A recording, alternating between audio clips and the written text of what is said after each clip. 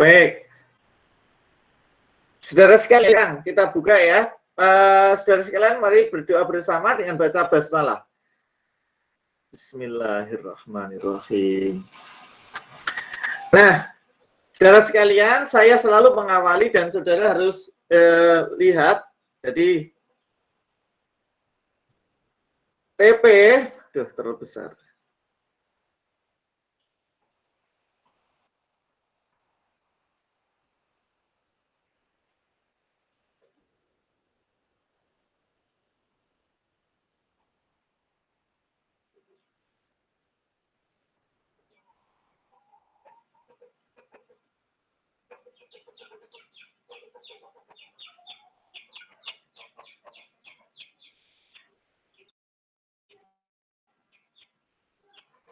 PP plus PJP itu sama dengan P. Ya, kemarin ya, sudah ya. Saya kira saudara sudah berulang kali, Pak Ali juga sudah menyampaikan ini. Nah, unsur-unsurnya yang pertama, TP itu adalah perbuatan itu bersifat melawan hukum. Kemudian mencocoki rumusan undang-undang. Kemudian tidak ada alasan pembenar. Yang mencocoki rumusan undang-undang, Pak Ali sudah sampaikan. Ya, dulu ketika rumusan undang-undang harus bagaimana itu dulu. Nanti dibuka-buka lagi. Ya, ada yang rumusan undang-undang itu perbuatan itu dirumuskan dengan cara dengan cara kualifikasinya saja, ada yang dirumuskan dengan menguraikan dari tiap-tiap unsur gitu, kayak pasal 338 itu hanya menguraikan unsur gitu ya. Terus pasal pencurian itu unsur dan juga kualifikasinya. Nah, sekarang saudara kita akan bahas yang ini ya, SMH, sifat melawan hukum. Oke. Jadi ini harus saudara harus pahami. Sebenarnya kemarin ketika kita bahas tentang TP ini, itu dilanjutkannya dengan perbuatan. Ya, perbuatan. Yang dimaksud perbuatan itu apa? Ya, kemudian hubungan sebab akibat. Sebab akibat. Nanti kalau yang sebab akibat, ya, jadi sebab akibat dan perbuatan ini apa? Pak Ali sampaikan besok minggu depan, tetapi dengan cara Elena, ya, dengan cara Elena. Ini nanti saya minta saudara memperhatikan dengan serius karena kita akan bahas tentang SMH dan akan Pak Ali pakai sebagai sebagai rekaman dan akan dijadikan panduan bagi kawan-kawan dari rombel lain. Bisa diikuti ya, gitu. Baik, sekarang saya matikan dulu.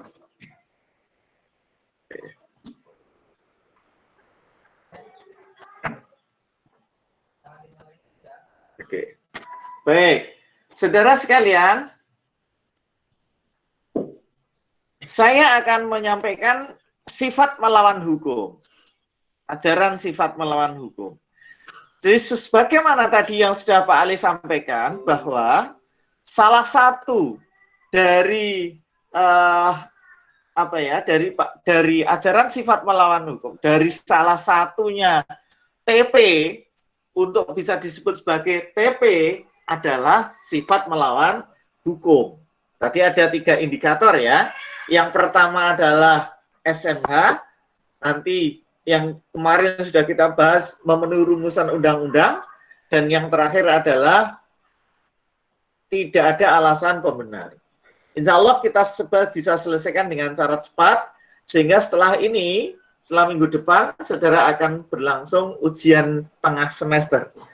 Nah, baik, bersifat melawan hukum, itu ada istilah res wederer, anrecht, wederer telot, atau onrechtmatig, ya. Jadi itu bahasa dari Belanda.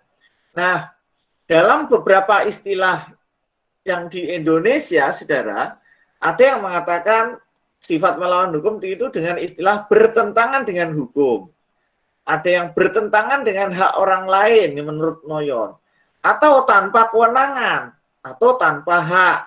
Ya, nah baik itu bertentangan dengan hukum, bertentangan dengan hak orang lain, tanpa kewenangan atau tanpa hak. Kalau saudara membaca di dalam literatur, itu adalah yang dimaksud SMH.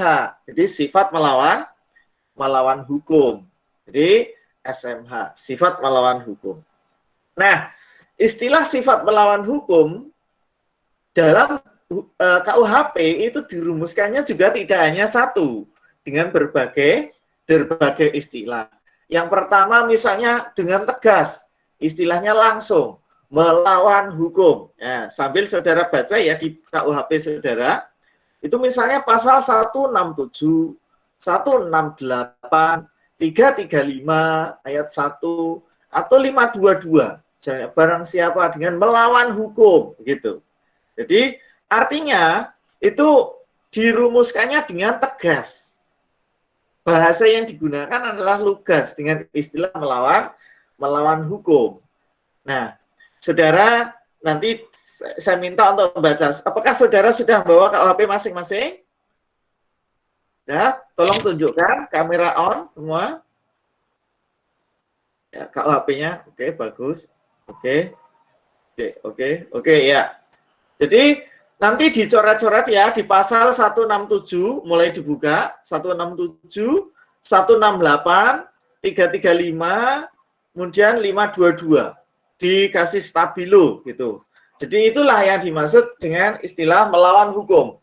Itu langsung, nyebutnya langsung melawan hukum. Tetapi KUHP tidak tunggal hanya istilah melawan hukum.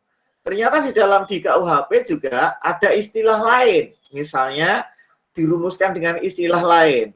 Tanpa mempunyai hak untuk itu, atau tanpa wewenang. Ini sebagaimana dirumuskan di pasal 548, 549. Kemudian tanpa izin, barang siapa tanpa izin melakukan itu ya. Itu 303, ini perjudian. Juga tanpa izin. Istilahnya dengan istilah tanpa izin. Atau dengan melampaui kekuasaannya, ini pasal 430. Ini juga yang disebut SMH. Atau tanpa mengindahkan cara-cara yang ditentukan oleh peraturan umum. Ini juga SMH. Jadi saudara kalian, SMH itu ternyata di dalam KUHP ada yang dirumuskan dengan tegas, dengan istilah yang tegas yaitu sifat melawan hukum, atau dengan istilah melawan hukum, tapi di dalam KUHP juga dirumuskan banyak dengan istilah-istilah lain yang sebenarnya itu adalah yang dimaksud melawan hukum. Baik ya, bisa diikuti saudara ya, bisa ya diikuti ya. Jadi melawan hukum ternyata tidak, istilahnya tidak mutlak langsung melawan hukum atau onrechtmatig, tidak. Di bahasa Belanda sendiri ada banyak tadi, wederrechtelijk, onrechtmatig, ya, onrecht, ya. Jadi rechtwederrecht, jadi ada macam-macam. Oleh karena itu tidak, akhirnya penerjemahan di KUHP pun juga ada berbagai macam akhirnya. Ada melawan hukum, ada tanpa kewenangan, tanpa hak, gitu ya, tanpa izin, gitu. Tapi itu yang dimaksud adalah sama, yaitu melawan hukum. Nah sekarang, posisi sifat melawan hukum. Posisi sifat melawan hukum. Oke, sifat melawan hukum. Bisa dilihat paparan saya, Pak Ali? Bisa ya? Bisa, Pak. Sifat melawan hukum. Menurut Profesor Mulyatno, saudara, sifat melawan hukum itu harus ada, mutlak, tidak boleh ditinggalkan. Nah, jadi tidak boleh ditinggal. Jika tidak secara tegas dirumuskan dalam delik, misalnya tadi, tidak ada kata-kata melawan hukum, tidak ada kata-kata tanpa kewenangan, atau karena melanggar, itu ya, menurut Profesor Mulyatno tetap harus dianggap diam-diam ada. Jadi tetap harus dianggap ada, asalkan rumusan yang ada di dalam pasal itu tercocoki. Ya, tercocoki artinya perbuatan itu bisa masuk klop dengan rumusan pasal. Misalnya contoh ya, barang siapa dengan sengaja merampas nyawa orang lain diancam karena pembunuhan dengan pidana penjara sekian. Di situ kan tidak ada kata-kata sifat melawan hukum, betul ya? Tidak ada ya. Tetapi itu kan mencocoki, misalnya ada orang mencekik A, mencekik B. Nah, di situ kok kemudian pas dengan mencekik itu akhirnya si B mati. Maka ini yang dimaksud Profesor Mulyatno, dia itu secara diam-diam sudah harus dianggap ada karena mencocoki rumusan yang ada di dalam pasal. Paham ya? Bisa diikuti?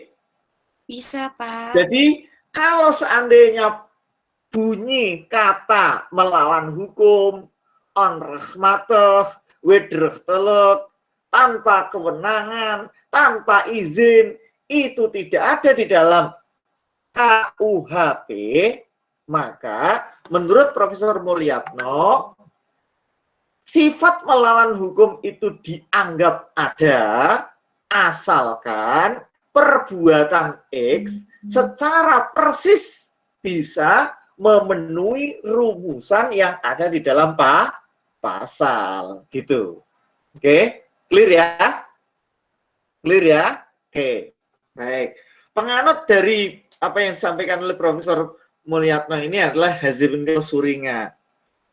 Ya, Jadi maaf, Mulyatno ini kemudian menjadi satu menjadi apa yang menjadi mark ya, menjadi basis dari hukum pidana Indonesia.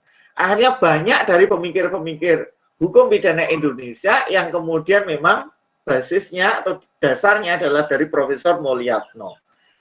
Nah, kemudian yang kedua ya, tadi Profesor Mulyatno. Yang kedua, Hazewinkel Suringa. Ini nama suami istri, Hazewinkel dan Suringa. Jadi suami dan istrinya. Kebetulan ahli hukum semua. SMH hanya sebagai tanda ciri dari tindak pidana. Nah, ini pandangan dari Hazewinkel Suringa. Dengan demikian, kalau menurut Suringa atau Hazewinkel Suringa ini, dengan demikian SMH bukanlah syarat mutlak yang harus ada. Bisa dipahami? Ini berbeda ya dengan Profesor Mulyatno ya. Kalau Profesor Mulyatno harus ada. Karena kalau perbuatan tidak ada sifat melawan hukum, maka tidak disebut TP. Ingat, tadi Pak Ali sudah menyebutkan ada 3 indikator untuk bisa disebut sebagai tindak pidana. Yang pertama adalah sifat melawan hukum. 2, mencocoki rumusan undang-undang. 3, tidak ada alasan pembenar. Jadi 3-tiganya harus ada. Kalau salah satu tidak ada, maka perbuatan itu dianggap tidak tindak pidana. Paham ya? Misalnya, perbuatan ada. Ya, mungkin biasanya satu paket itu mencocoki rumusan undang-undang dengan sifat melawan hukum itu. Ya. Bersifat melawan hukum, mencocoki rumusan undang-undang, itu ya misalnya. Tapi ada alasan pembenar. Misalnya seorang regu tembak yang membunuh terpidana mati, mengeksekusi pidana mati, pada prinsipnya kan juga membunuh, ya kan? Pada intinya juga melanggar pasal 338, bahkan mungkin pasal 340. Tetapi itu ada alasan pembenar.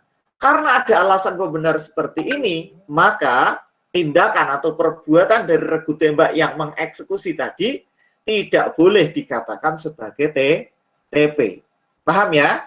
Jadi untuk bisa disebut sebagai TP, harus 3-tiganya terpenuhi, ya, salah satu saja tidak ada, maka tidak boleh disebut sebagai tindak pidana. Baik, berikutnya saudara, masih menurut Haswinkel-Suringa.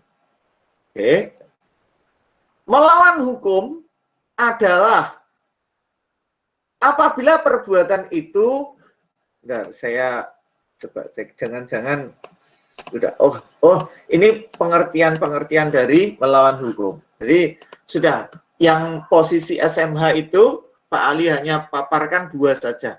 1 menurut Profesor Mulyatno dan 2 menurut Haswinkel-Suringa. Jadi ini yang berbeda. Kalau menurut Profesor Mulyatno harus ada, sedangkan kalau menurut Haswinkel-Suringa tidak perlu ada karena ia hanya menjadi tanda ciri dari tindak pidana. Baik, kita mulai sekarang. Melawan hukum itu apa, Pak? Melawan hukum itu apabila perbuatan itu termasuk dalam rumusan delik sebagaimana dirumuskan dalam undang-undang. Ini kalau nanti ada istilah sempit, ada luas, ya. Ada yang mengatakan bahwa kalau itu kita pandangannya adalah formal, maka melawan hukumnya juga nanti formal, apa yang ada di dalam undang-undang. Tapi nanti Pak Ali akan sampaikan di belakang. Jadi melawan hukum itu apabila perbuatannya ada di dalam rumusan undang-undang. Istilahnya tat bestans masuk. Jadi tat bestan masuk. Ada tat bestan itu ada 2. Ya, saya cek dulu.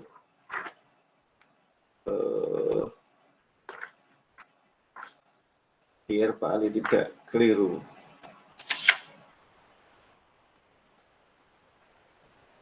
Oke.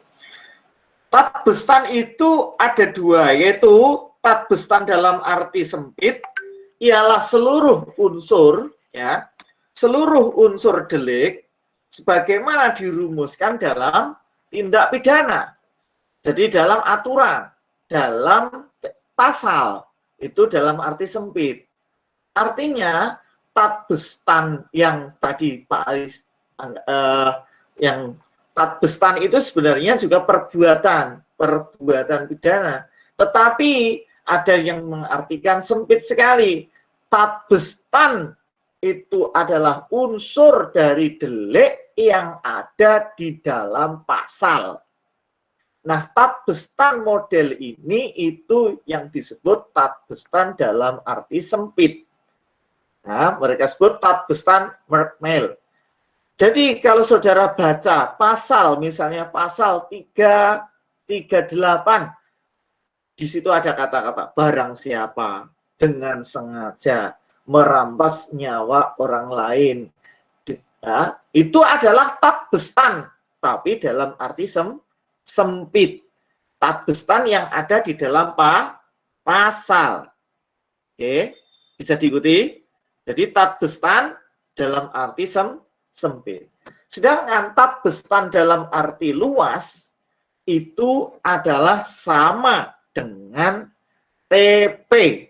Artinya di situ meliputi sifat melawan hukum, mencocoki rumusan undang-undang, dan tidak ada alasan pembenar. Bisa diikuti? Jadi tat bestan kalau dalam arti luas itu posisinya sama dengan TP. Di situ ada 3 unsur yang bisa dijadikan indikator. Oke ya, jadi SMH mencocok ke rumusan undang-undang dan tidak ada alasan pembenar. Oke. Sampai sini ada yang perlu ditanyakan dulu atau bingung? Ya, silakan kalau ada yang perlu ditanyakan. Semoga saudara tidak bingung. Ya, oke. Intinya tat bestan ada 2. Tat bestan dalam arti sempit itu berarti hanya yang ada di pasal-pasal. Artinya misalnya tat bestan dalam pasal 338 apa? Ya, Tatbistan merampas nyawanya itu, gitu. Karena yang memenuhi rumusan di dalam pasal itu adalah merampas nyawa orang lain. Tatbistan yang ada di pasal 362, apa itu? Ya mengambil barang yang sebagian atau seluruhnya milik orang lain, dan seterusnya dan seterusnya. Tapi kalau tatbistan dalam arti luas, itu meliputi satu, sifat melawan hukum, mencocoki rumusan undang-undang, dan tidak ada alasan pembenar. Baik, kita lanjut. Dengan berdasar pada pengertian tatbistan secara luas, maka perbuatan yang memenuhi rumusan delik dalam undang-undang, jadi meskipun itu di dalam rumusan undang-undang itu sama persis, tetapi tidak senantiasa bersifat melawan hukum. Ya, tidak senantiasa bersifat melawan hukum. Misalnya, ada alasan pembenar. Tadi Pak Ali juga sudah menyampaikan contoh ini. Seorang regu tembak menembak mati seseorang yang telah divonis pidana mati. Dia kan sebenarnya juga telah melakukan pembunuhan. Gitu? Sebenarnya dia juga telah melakukan pembunuhan. Tapi kan di situ ada alasan penghapus pidana yang disebut dengan alasan pembenar. Apa itu? Dia melaksanakan perintah jabatan. Dia melaksanakan perintah undang-undang. Nah, nanti pada saat di akhir, saudara akan saya sampaikan alasan penghapus pidana. Ya, termasuk ketika orang melakukan tindak pidana dalam kondisi seperti itu, maka tidak dipidana. Oke, ya, ayo, saudara jangan ya fokus, jangan ngantuk. Ya, Sevian, ayo yang fokus, ya, baik, ya, jangan ngantuk. Baik, berikutnya saudara, saya lanjutkan lagi. Penahanan, orang melakukan penahanan, Pak Polisi melakukan penahanan, menahan. Lah, menahan seseorang yang telah melakukan suatu tindak pidana misalnya. Lah penahanan itu kan sebenarnya juga merampas kemerdekaan orang lain, ya toh? Sebenarnya. Kalau dilihat dari sisi pasal, ya sebenarnya dia telah melanggar pasal, yaitu pasal 333 KUHP. Jadi, tetapi kalau penahanan itu dilakukan dalam rangka agar karena dia telah melakukan suatu tindak pidana dan dia biar tidak lari atau melarikan atau menghilangkan barang bukti, maka si X pelaku tindak pidana ini ditahan. Lah Pak Polisi, penyidik dalam hal ini yang melakukan penahanan tidak bisa dikategorikan telah melakukan tindak pidana perampasan kemerdekaan karena ada alasan pembenar gitu ya. Tapi tidak semua polisi. Lah kalau polisi tidak bertugas di bidang itu dan juga tidak ada kaitannya dengan tindakan dari si pelaku, kok tiba-tiba menahan, itu ya tidak bisa. Itu namanya abuse of power. Dia telah menyelewengkan kekuasaan atau kewenangannya dia. Malah dia tidak berwenang. Oke, bisa dipahami ya saudara ya. Lanjut sekarang. Ya, ini tidak banyak, jadi slide Pak Ali juga tidak banyak, oleh karena itu saudara pahami dengan sungguh-sungguh. Sekarang kita beralih. Sifat melawan hukum, ajaran sifat melawan hukum, dan nanti sekaligus apa yang dimaksud melawan hukum, kalau saudara pahami ini. Saudara, sifat melawan hukum, SMH, itu ada dua ajaran. Yang pertama adalah ajaran formil, dua, ajaran material. Di SMH formil dan SMH material. Ya, SMH formil dan SMH material. Ya, yang masih tidak, kalau yang tidak ada halangan untuk on kamera, silakan on kamera ya. Itu ada beberapa yang tidak on kamera. Ya, silakan. Nggak usah saya sebut, nanti kalau saya sebut malah masuk di YouTube malah malu. Silakan saudara, ya silakan saudara menghidupkan dengan kesungguhan diri, ya. Nah, sifat melawan hukum yang formil itu apa, Pak? Sifat melawan hukum yang formil itu disebut sebagai sifat melawan hukum apabila perbuatan itu diancam pidana dan dirumuskan sebagai delik dalam undang-undang tertulis. Jadi, oke, ukurannya kalau begitu disebut sebagai SMH formil atau SMH dalam arti formil, artinya adalah perbuatan itu dirumuskan di dalam undang-undang tertulis. Paham ya? Oke. Jadi, kalau itu dengan demikian, suatu perbuatan kalau tidak dirumuskan di dalam undang-undang, maka tidak bisa disebut bersifat melawan hukum. Kalau tidak bersifat melawan hukum, maka tidak bisa disebut sebagai tindak pidana. Paham? Bisa diikuti? Nah, jadi untuk mengukur apakah ada sifat melawan hukum atau tidak, bagi yang berpandangan atau berajaran sifat melawan hukum formil, dia pegangannya hanya undang-undang. Oke. Kalau perbuatan itu tidak ada di dalam undang-undang, maka tidak bisa disebut sebagai sifat melawan hukum. Kalau tidak bersifat melawan hukum, maka tidak bisa disebut sebagai tindak pidana. Oke, contoh kumpul kebu misalnya. Kumpul kebu tahu ya? Bukan kerbo dingon kumpul bareng, itu bukan ya. Salah kui.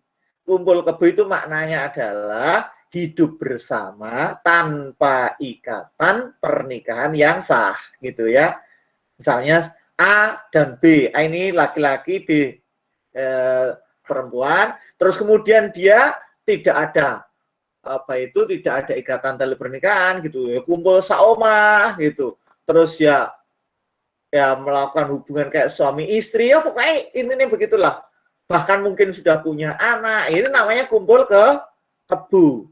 Kasihan ya, kerbau. Padahal kan juga tidak hanya kerbau Pak yang begitu, sapi juga kadang begitu, kambing juga begitu. Kenapa kok saya disebut Pak? Nah nanti kalau kerbaunya menggugat, ya ben menggugat yang melakukan kumpul itu, gitu. Ya, itu. Nah saudara, kumpul kebu di dalam KUHP kita kan tidak ada. Yang ada di dalam KUHP hanya berzina, oke? Dan berzina di dalam KUHP kita, pasal 284 itu hanya dikatakan berzina apabila ada seorang laki-laki yang sudah punya istri, artinya sudah terikat tali perkawinan, kemudian dia serong, dia melakukan hubungan badan dengan wanita lain. Nah, itu yang disebut sebagai perzinahan.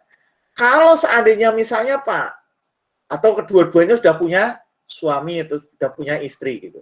Tak seperti kejadian kemarin yang ada di Aceh itu ya, di Aceh. Jadi, wong sudah punya suami, satunya juga sudah punya istri, malah pas sahur-sahur gitu, dia masuk ke kos-kosan, kok dia kebetulan itu merantau, ya masuk ke kos-kosan orang lain. Nah, jadi memanfaatkan sahur-sahur itu. Karena sahur-sahur kan biasanya gitu, oh sambil lihat kok sepi, masuk saja. Nah, jangan dilakukan ya, saudara ya. Niatnya sahur, tapi justru kemudian melakukan tindakan-tindakan begitu. Akhirnya kemudian diadili oleh massa. Nah, saudara, jadi gitu. Apa yang bisa kita lakukan? Ya sepanjang kalau kita pandangan kita, tadi yang Pak Ali sampaikan, kalau ukuran kita yang disebut dengan istilah sifat melawan hukum adalah apa yang tertuang di dalam undang-undang, maka tadi yang saya sebut kumpul kebu atau hubungan badan antara seorang yang tidak terikat tali perkawinan, orang dibujuk dan masih sama-sama legan, kan tidak bisa dijerat karena tidak ada aturan di dalam undang-undang. Padahal kita tadi Pak Ali sudah sampaikan, kalau tidak ada aturan di dalam undang-undang, maka tidak ada sifat melawan hukum. Kalau tidak ada sifat melawan hukum, maka tidak bisa disebut sebagai tindak pidana. Oke, paham ya? Dong ya? Oke. Nah, ini ajaran yang pertama, yaitu sifat melawan hukum yang formil. Jadi murni diukur dari aturan tertulis. Nah, jadi nanti seandainya ada alasan pembenarnya, pun pembenarnya harus dalam tertulis. Nah, sekarang penganutnya itu Simon. Kemudian yang kedua, lanjut ya, move on sekarang. Lanjut ya, sifat melawan hukum material. Sifat melawan hukum material lebih luas dari yang tadi, yang nomor 1. Kalau nomor 1 itu sifat melawan hukum formil. Dia hanya terkutat bertumbuh pada hukum yang tertulis. Sekarang, menurut sifat melawan hukum yang material, suatu perbuatan dapat dikatakan melawan hukum apabila hukum yang hidup ya atau asas-asas hukum yang tidak tertulis menganggap perbuatan itu melanggar hukum, artinya tidak elok, tidak baik, gitu ya. Nah, seperti contoh tadi, meskipun secara tertulis orang hidup bersama kumpul kebo tadi tidak ada rumusan di dalam KUHP secara tertulis loh ya, tetapi secara hukum yang ada di masyarakat, buat asas-asas hukum yang hidup yang tidak tertulis di masyarakat, masyarakat manapun saya kira sama di Indonesia ini loh ya. Beda kalau saudara hidup di Hollywood sana. Hollywood itu banyak yang nggak usah pakai nikah-nikahan ya toh. Lah apa saudara pengen jadi Hollywood sana? Ya. Ya, jadi gitu. Kalau di Hollywood sana biasa. Misalnya siapa dulu yang bintang film terkenal itu ya. Nah, sama-sama mereka pokoknya yang penting pokoknya komitmen dua-duanya seraku nikah, punya anak. Besoknya sudah tidak cocok, ganti dengan yang lain. Ya persis kayak dunia binatang kan gitu. Nah, padahal kita ini kan ingin tidak hukum itu tidak hanya melindungi dari apa yang ada itu, tapi nilai yang juga akan dilindungi. Oke, paham ya? Bisa diikuti ya. Nah, terkait contoh Pak Ali tadi yang terkait dengan hidup bersama, Saman Leven atau kumpul kebo, itu meskipun secara tertulis tidak ada, tetapi dalam hukum yang ada di masyarakat jelas merupakan pelanggaran. Oleh karena itu, bagi penganut sifat melawan hukum material, mengukur suatu perbuatan itu menjadi suatu perbuatan melanggar hukum, dan itu dianggap sebagai tindak pidana atau bukan, tidak hanya didasarkan pada yang tertulis, tetapi juga terhadap hukum yang tidak tertulis, yaitu hukum yang hidup di masyarakat. Termasuk penganut ini adalah Profesor Mulyatno. Nah, karena Pak Ali itu murid dari Profesor Mulyatno, maka Pak Ali juga termasuk pengikut yang kedua ini. Gitu. Nah, saudara enggak tahu saudara ngikut yang mana? Saudara ki pengennya sing enak-enak tok wae kok, ya toh? Kayak seperti tadi itu. Pak sing melanggar aturan ya melawan hukum, Pak. Nah, itu yang enak-enaknya saja, saudara. Ya. Baik, bisa membedakan ya sifat melawan hukum yang formal dan material. Bisa ya? Jadi intinya kalau material itu lebih luas. Tidak hanya didasarkan pada tertulis saja, tetapi yang tidak tertulis juga menjadi ukuran. Sehingga nanti kalau misalnya ada menurut masyarakat perbuatan itu juga sebenarnya tidak ada masalah tuh. Misalnya kayak contoh, Pak Ali beri contoh. Suatu ketika di Batang itu ada pencurian kapuk randu, ya. Manisih beserta beberapa orang itu ngambil kapuk randu. Kapuk randu itu loh, apa? Yang dipakai untuk itu, ya. Sebentar ya, saya Pak Ali anu dulu ya. Pak Ali stop dulu. Oke.